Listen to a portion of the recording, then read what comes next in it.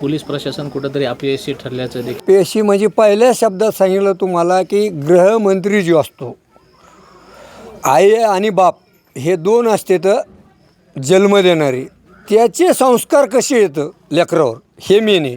तसं आज देशावर गृहमंत्री, मुख्यमंत्री, उपमुख्यमंत्री याचे संस्कार देशावर कसे पडतात हे महत्त्वाचे आहेत. गृहमंत्र्यांनी जर यंत्रणा हलवली तर कुठंही एक खून होणार नाही, कोणी कोणाला अरे की कार्य करणार नाही, कुठं जातीवाद होणार नाही. पण हे झालं आहे काय, त्याच्या खुर्चीकरता यांनी काय केलं, मराठा ओबीसी व्यवस्थित अगदी तुमच्या यांनी लात हाणली का त्यांनी तोडायची, त्यांनी हात हाणला का त्याचं टंगडं काढायचं. हे सुरुवात त्यांनी लावून दिलेली आहे, त्यांनाच मिटावं लागणार आहे.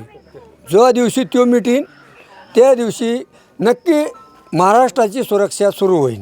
कारण गृहमंत्री जे बोलतो, पोलीस यंत्रणा गृहमंत्र्याकडे असती, पोलीस यंत्रणा हल्ली म्हणजे हे जी खून खराबाजी चाललेला आहे महाराष्ट्राचा हे नक्की कमी होईल.